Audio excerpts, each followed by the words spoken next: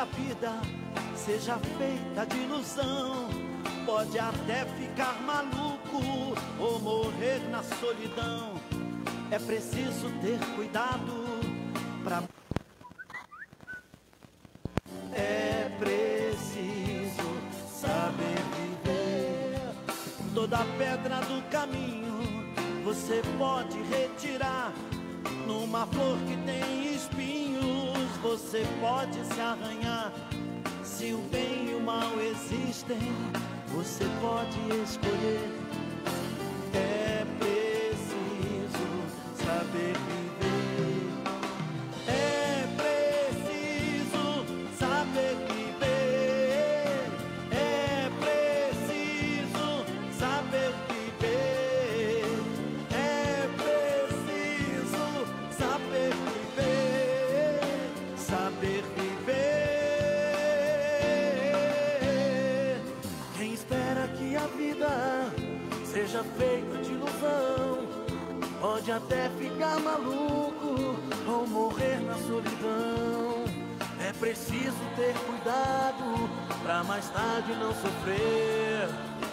É preciso saber viver.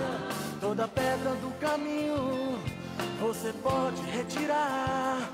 Uma flor que tem espinhos você pode se arranhar. Se o bem e o mal existem, você Bom dia para você que está com a gente, conectado pelo Facebook da Comunidade Católica Dom de Deus, pelo Instagram do Centro Clínico São Miguel Arcanjo. Nosso bom dia, que bom que você já está com a gente, que bom que você já está se conectando conosco, se achegando ao nosso encontro terapêutico nesse dia iluminado. Bom dia, doutora Carla. Bom dia, Bom dia, Isaac. Cíntia. Sejam bem-vindas. Obrigado a você que nos permite novamente entrar em sua casa, em fazer esse momento de reflexão, de oração com vocês, né? Nesse bate-papo. Eu gosto de falar que o encontro terapêutico se tornou um grande bate-papo, né? Sim, agora sim, Cíntia, bom dia. Bom dia Seja para você que bem-vinda. está em casa. Bom dia, Isaac. Bom dia, doutora. Bom dia. Então, queremos contar com a sua participação no nosso encontro de hoje, dando continuidade à nossa temática da terça-feira sobre a perspectiva do olhar para frente e do não olhar para trás. É do seguir em Seguir em frente frente e e não olhar para trás. É isso aí, o seguir em frente. Seguir em frente. A questão do olhar ficou, doutora Carla. Tem toda uma realidade, né? Quando a gente fala sobre essa questão do olhar, né? Sim. Isso lá desde, a Cíntia pode falar, né? Lá desde Gênesis, né? Quando seus olhos se abriram, não é isso? Ali existe a perda da inocência, né? Então, quando trabalhamos a questão do olhar, nós... Perda da inocência, da vergonha, né? Vergonha, do pudor. O pudor, a culpa. A culpa. Tudo isso veio acompanhado. E quando a gente começa, né, pensando, né, e essa reflexão que eu trago hoje, ela vai se pautar muito sobre a questão desse não olhar para trás, né? Esse não olhar para trás, na verdade, é a dificuldade que a pessoa tem, que todos nós temos na realidade, né? De abrir mão de determinadas situações, de determinados fatos, de determinadas bens, né? Status. Sentimentos também entraria. Né? Abrir mão dessas realidades é difícil para grande parte das pessoas, para não dizer 99,9% das pessoas, né? São poucas as pessoas as que conseguem realmente seguir em frente e não olhar para trás, né? Por quê? E aí vem a grande questão, né? Quando a gente pega para poder refletir, né, sobre a questão do não olhar para trás e na perspectiva que nós trabalhamos aqui da espiritualidade, de Deus, quando Deus chamou Pedro, quando Deus chamou João e os apóstolos, né, ele tem alguns relatos, né, Cíntia, que fala, né, não, deixe que eu vá enterrar meu pai e depois siga. E aí ele fala, né, deixe que os mortos enterrem seus mortos. Não, eu vou fazer ali, né, alguma coisa. E ele simplesmente vem e segue. Tem aquela outra palavra, né? Quem coloca a mão no arado, Eu vou chegar lá. né, Não, não deve olhar para trás, né? exatamente, não é digno de me seguir. Sim. Então, quando trabalhamos essa perspectiva do olhar, né, em se tratando de seguir a Deus, né, porque aí nós temos duas coisinhas, o reino de Deus e o reino do ego. Né? O reino do ego, isso eu trabalhei, né?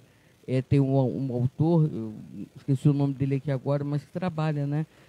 Justamente sobre o reino de Deus e o reino do ego. O reino do ego é o reino do eu.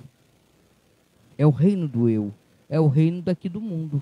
Inclusive, na terça-feira, a senhora trouxe aquele trabalho, né, de um paciente da senhora, Sim. sobre a questão do decisão, e ali aquela pessoa coloca no D Deus e no E o eu. E ali equiparando, né? Um ao outro. Um ao outro. Então, se você colocar ali, a gente pode fazer esse trabalho, né? Dos dois reinos. Sim. O reino de Deus e o reino do ego. O meu reino. O meu reinado enquanto eu, Deus de mim. Eu que decido as regras que vou seguir. Eu decido o que vou fazer. Eu não dependo de Deus para isso. Sim. Né? E muitas vezes, quando precisamos seguir em frente e não olhar para trás, o que a gente não consegue deixar é o reino do ego. É o reino do ego. Sim. É se deixar conduzir por Deus, né? E abrir mão daquilo que são as nossas seguranças, os nossos desejos, né? E isso que você mais vai encontrar aqui nós estamos num espaço, né, onde temos nossa fé proclamada, professada, mas você vai ver isso nas próprias igrejas. Só como a Cíntia fala, né, um parênteses. A senhora trazendo essa realidade do reino do ego e do reino de Deus. Pode trazer apenas duas realidades para quem está em casa poder ilustrar, só para ilustrar uma realidade do Sim. reino do ego e uma realidade do reino de Deus. Porque muitas vezes Sim. esses dois reinos entram em choque, né? Sim, vou dar uma coisa bem simples. Sim. Eu gosto de tomar minha cervejinha. Eu gosto... O socialmente, né? Socialmente, né? Eu gosto de tomar minha cervejinha. Eu gosto que são coisas até lícitas, certo? Certo. Mas que não convém. E eu preciso, muitas vezes, de uma forma radical, abrir mão dessas coisas. Ou eu quero muito dinheiro, e como nós vimos há pouco tempo, a melhor oferta foi a da viúva, que deu 2 moedinhas. Era o que ela tinha. Era o que ela tinha. Então, quando você precisa abrir mão daquilo que você tem, daquilo que você possui, em detrimento daquilo que Deus te pede, que é o reino de Deus, né? O que acontece?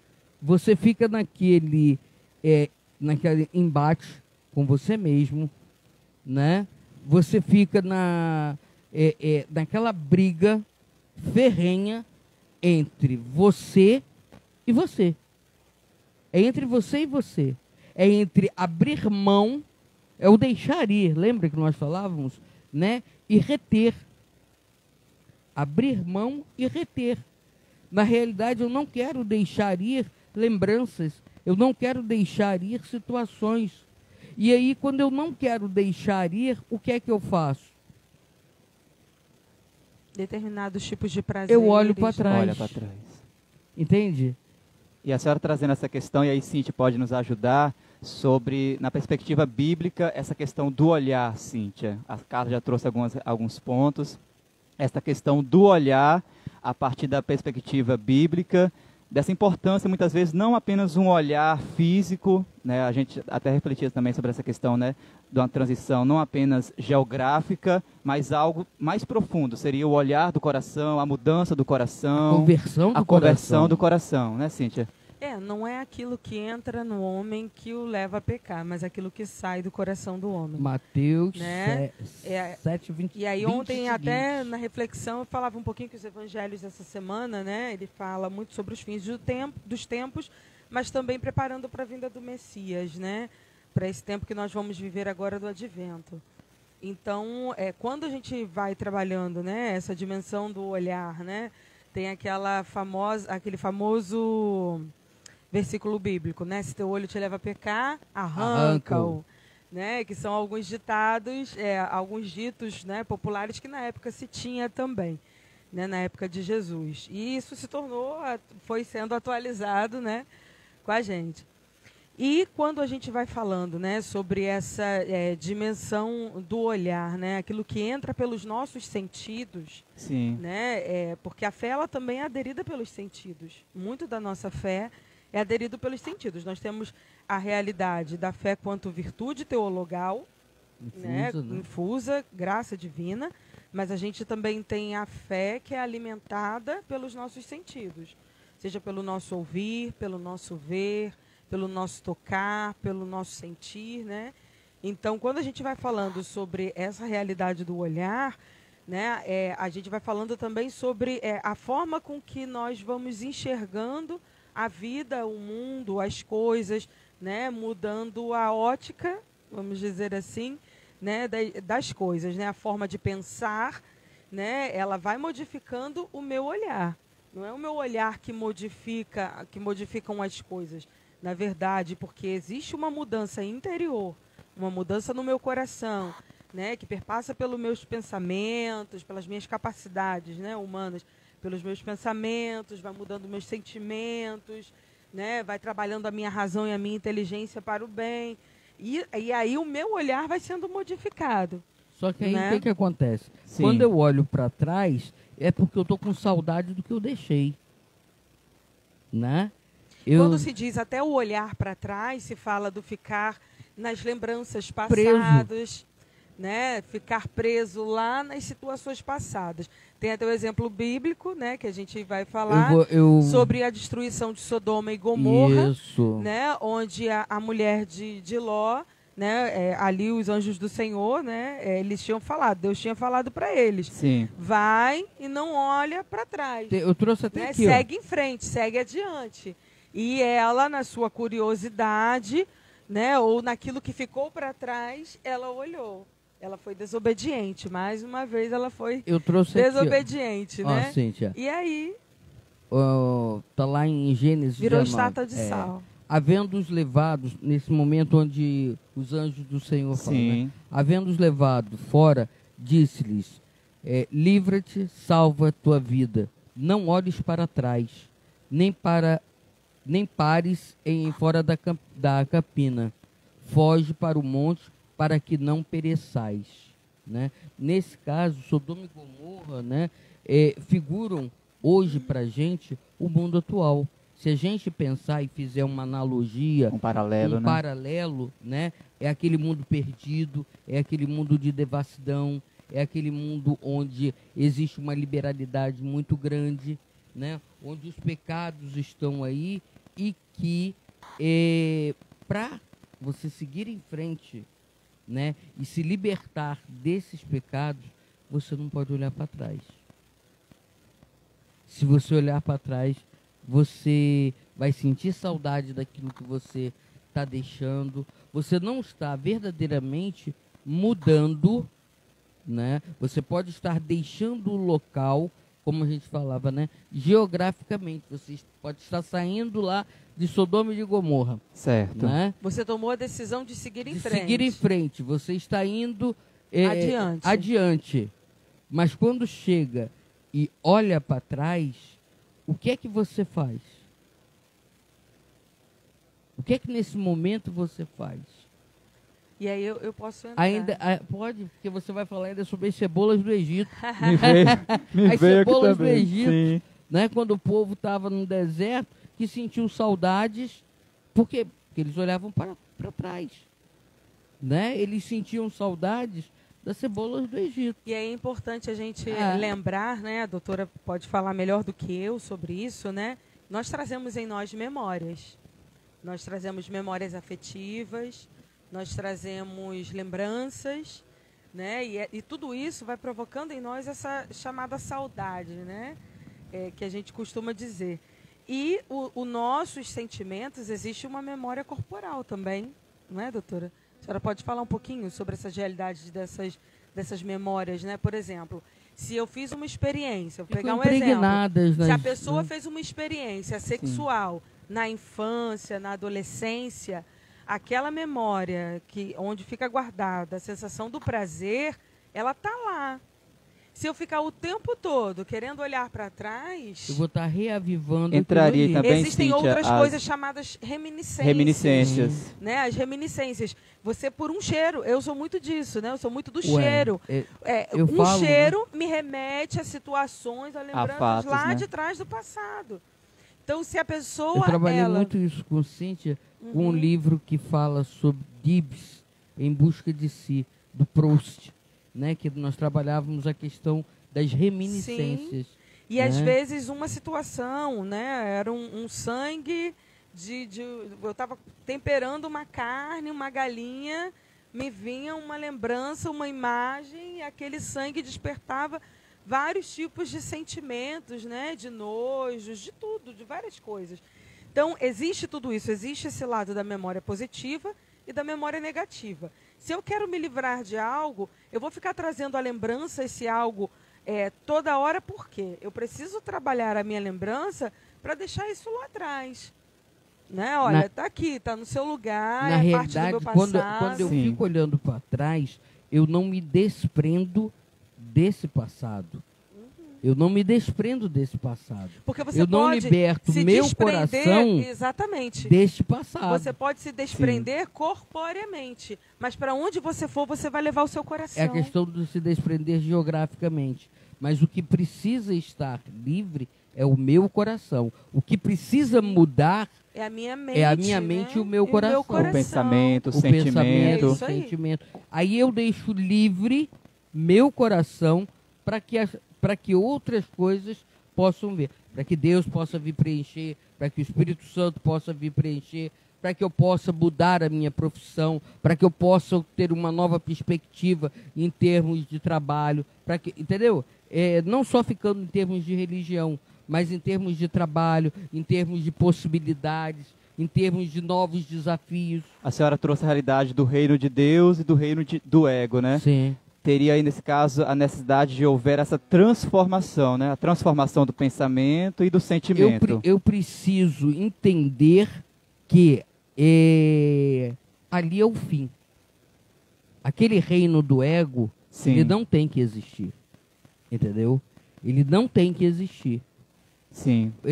O que pode acontecer? Ele pode ficar nas minhas lembranças, ele vai fazer parte da minha memória, mas ele tem que deixar de existir. Aí entraria também a questão do olhar, como eu olho para essas lembranças, né? Essa mudança de lente, que a gente sempre fala aqui também nos encontros, né? E isso que a doutora está colocando é muito importante, porque eu não vou deixar de ser eu. Não. Eu não vou deixar de fazer as minhas escolhas, eu não deixo de ter a minha autonomia, eu não deixo de ter a minha liberdade, eu não deixo de ter as minhas vontades e de poder fazer as minhas escolhas de forma livre. Mas se eu quero seguir em frente, né, e se tratando do tema específico que nós estamos falando aqui, né, seguir em frente e não olhar para trás, é importante a gente deixar claro que aquilo que eu estou deixando para trás precisa ficar no passado. Tá aqui, ó, tô te colocando no seu lugar. Entende? Tô te colocando no seu lugar. Mas a gente precisa trabalhar o nosso coração para seguir adiante. Porque senão a gente fica preso o tempo todo, e atualizando entra o nosso passado. O famoso solipsismo, aquela repetição cíclica, né? De que do cachorro que fica correndo atrás do próprio rabo. Se não houver esse corte, e aí eu falo, né? Esse corte faz com que você se liberte, né? Dessas situações. E aí o seu coração verdadeiramente convertido fica livre. Senão você vai ficar correndo atrás do próprio rabo, né? É como um cachorro. O famoso solipsismo. Você fica dando volta, volta, volta. O drogado, ele vai, não, hoje eu não me droguei, amanhã eu não me droguei, passei um ano, mas quando ele vê novamente a possibilidade, ele cai. O adicto, acontece a mesma coisa. A pessoa que rouba, o cleptomaníaco, embora sejam doenças, a gente sabe que termina fazendo o mesmo ciclo vicioso. A pessoa que é viciada na pornografia, a pessoa que é viciada no sexo desregrado. E aí a gente vai numa série de situações, né, que a pessoa não quer abrir mão disso daí. Entendeu? Dessas situações que causam a ela prazer. Entendeu? E aí o que acontece? Elas ficam remoendo novamente, né? Por que dói tanto virar a página, seguir adiante? Por que dói tanto? Porque eu não paro de olhar para trás. Entendeu? Sim. Eu não paro de olhar para trás. Eu simplesmente estou preso, aprisionado, àquilo que teoricamente, né? Teoricamente, me deu prazer. Me fez sentir bem, memórias boas, mas que hoje, na minha realidade, no mundo de hoje, não cabe mais. Entende? E aí eu trouxe aqui algumas coisinhas bem simples, né? Que a gente coloca, né? Que eu acho até interessante, né? Tem muita gente, nas próprias igrejas, vamos colocar, que sente saudade da bebida, das drogas, do sexo, né? Das festas, são até lícitas, né? Mas dependendo daquela que você vai. De toda a sujeira mundana, certo? Do pecado, daquilo que foram libertos lá em Jesus, por Jesus, certo? Certo. Aí é que entra. Por isso é que a experiência de conversão, ela não deve ser banalizada. Uma vez que você faz a experiência de conversão, você não deve banalizar ela. Porque verdadeiramente vai existir uma mudança. Porque senão, a pessoa que sabe valorizar essa experiência feita, né, ela sabe também se assujeitar a se desprender, a deixar ir todas essas coisas.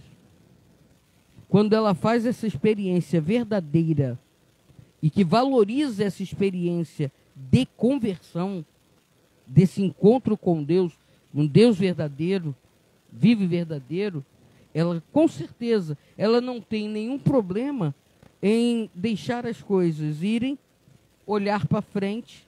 Ela não vai ficar buscando lá atrás. A gente tem exemplos aí até de grandes santos, né? De Santo Inácio de Loyola, que já era um homem vivido quando se converteu. Santo Agostinho, né? Também um santo muito vivido já, né? Quando se converteu.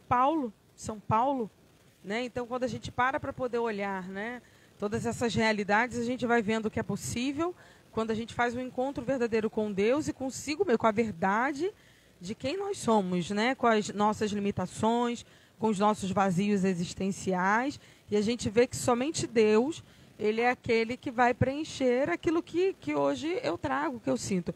Claro que as realizações pessoais, né, muitas pessoas vão buscar na profissão, vão buscar nos estudos, vão buscar numa outra pessoa, mas isso é lícito. Na construção de uma família. É lícito. Né? É importante para a pessoa, muitas vezes, porque faz parte da vida dela, da vocação dela.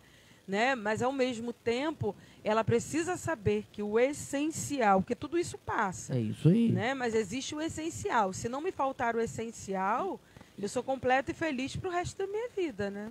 Doutora Carla, Cíntia, tem uma pergunta aqui da Simone Castella, está com a gente. Ela colocou assim, ó, é difícil aceitar minha nova condição, o que fazer? Primeiro, Simone, você precisa se recriar, né? Eu vejo que é muito difícil mesmo. A gente precisa rezar, né, muito.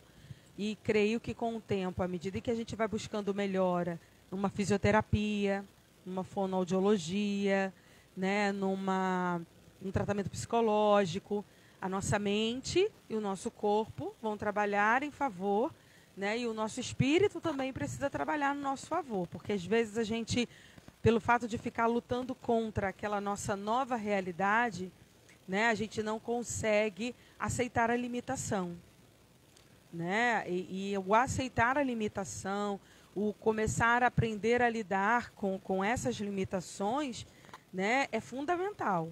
Digo por quê, né? Aos 33 anos eu tive uma queda, trago um problema de coluna, né, sério, e esse problema de coluna ele me limita a fazer várias coisas que eu fazia.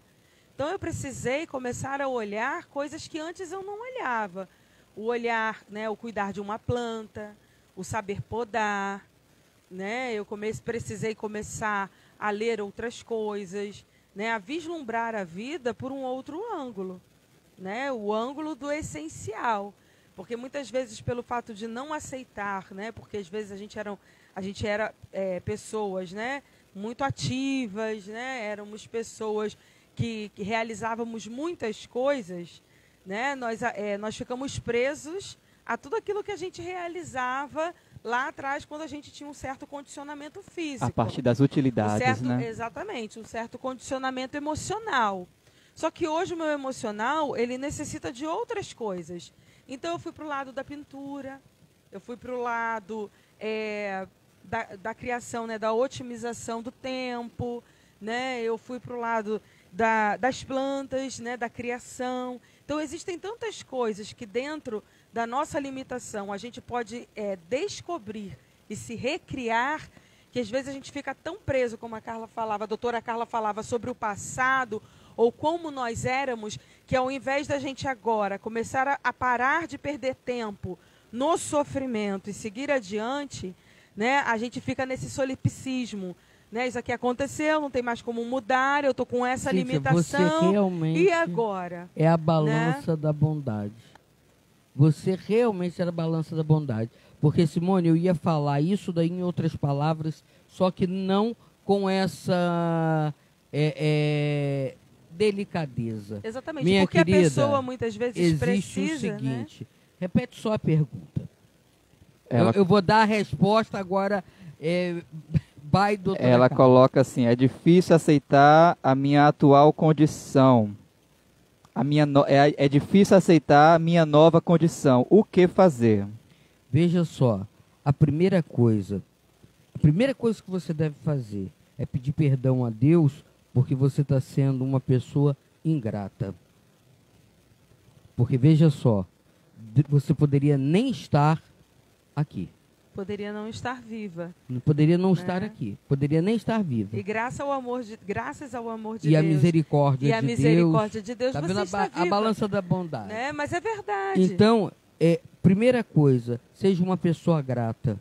Porque você poderia não estar vendo seus filhos. Você poderia não estar convivendo com seu marido. Hoje existe uma série de limitações. Eu já trabalhei com várias pessoas que ficaram tetraplégicas e se reinventaram de uma tal maneira, né? Posso dar até depois aí o Instagram, né? O Instagram da pessoa, para você ver. Aos 18 anos, no dia 31, essa pessoa, junto com os colegas, ali em Caraí, tinha um barzinho onde eles se reuniam, né? Para comemorar o final de ano. Ele foi dar um mergulho na praia de Caraí. Tinha aquelas brincadeiras de correr, pular e mergulhar.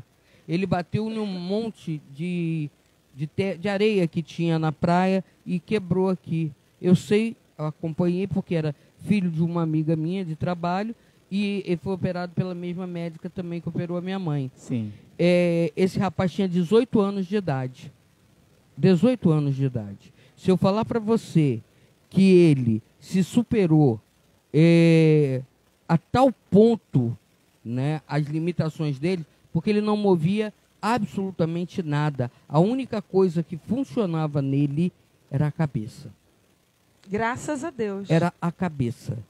E eu me lembro muitas vezes que a mãe, chorando, botava sacos e sacos de gelo na cabeça dele, de tanto que esquentava, né? E o corpo completamente frio. E esse rapaz, hoje já tem 30 e poucos anos, né? Ele estudou, ele fez concurso, ele já esteve no Japão, ele já desfilou em escolas de samba na Beija-Flor, junto aos cadeirantes, né? Tem uma filha, casou-se com a fisioterapeuta dele.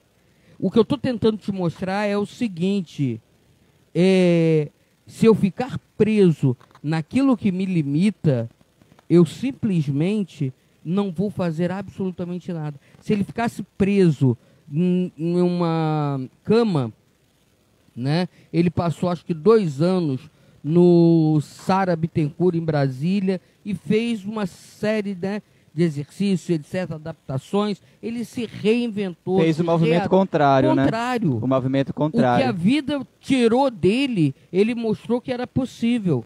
Né? E aí existe, por que eu falo da questão desse arrependimento, né? Isso é importante, né? A pergunta foi da Simone, mas como é público, serve para todos aqueles que estão nos assistindo agora. Né? Ou muitas vezes não tem uma limitação física, não tem uma limitação intelectual, mas a partir dessas realidades que a gente foi trazendo, para no tempo, para na vida e não consegue se reinventar. E só né? fica olhando para trás. A senhora colocando essa realidade... Assim, eu fazia isso. Isso. Né? Aquela questão do solipsismo, né? O movimento contrário a partir da gratidão. Da né? gratidão. É a gratidão que rompe com esse movimento de solipsismo. E quem ainda não participou, né? Hoje a gente faz sequências, algumas sequências de temas, né? Quem ainda não participou dos nossos encontros do Virar a Página, né? Tá lá no nosso CCSMA oficial. É só entrar lá e procurar Virar a Página. Você vai dar uma olhada lá e vai entender por que é necessário seguir adiante. Sem ficar olhando para trás, né? Eu preciso ter essa consciência. Sim. Né? De que hoje eu tenho limitações, mas que essas limitações não podem me paralisar. Porque senão eu vou ficar no saudosismo, né, de como eu era. Você hoje é outra pessoa. Você passou por uma situação que, graças a Deus, Deus te livrou. Então, minha querida, olha para frente. Porque você ainda tem muita coisa a viver. A viver e a fazer. Muito testemunho a dar. Muita coisa para ser feita. E isso, como você, que existem as limitações físicas, eu falo aqui agora para outras pessoas que não têm nem essa limitação física e que ficam paradas olhando para trás. Isso é falta de conversão, é falta de querer mudar, de seguir em frente, de ver um novo adiante, de acreditar, de saber que é possível. Você tem as limitações, mas pegue dessas suas limitações e veja aquilo que você pode fazer, porque com certeza você pode se reinventar. Pior são outras pessoas que não têm as suas limitações e ficam paralisadas. Eu creio que você, a partir de hoje, vai ter um outro olhar sobre essa situação. Não vai ficar olhando para trás, como você era, o que você fazia. Mas o que você pode fazer daqui para frente. E creio também que aqueles que estiverem assistindo possam mudar verdadeiramente a partir de uma conversão sincera.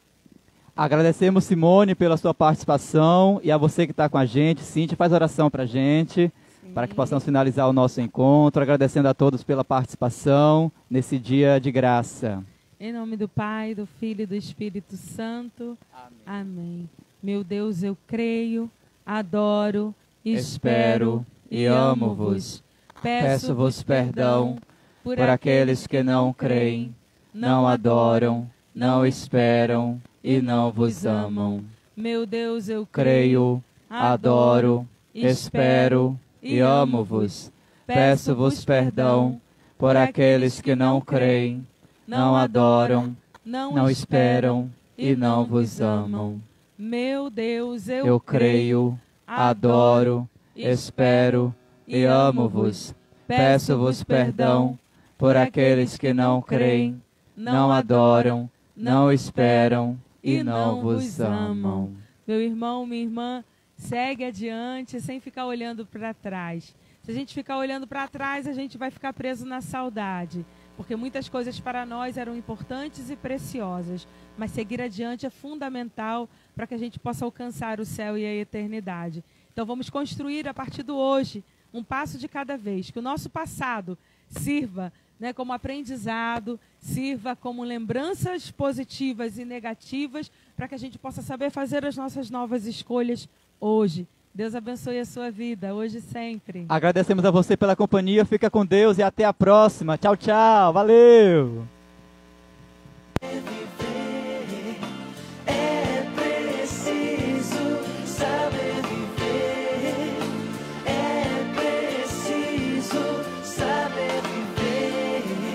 Saber viver.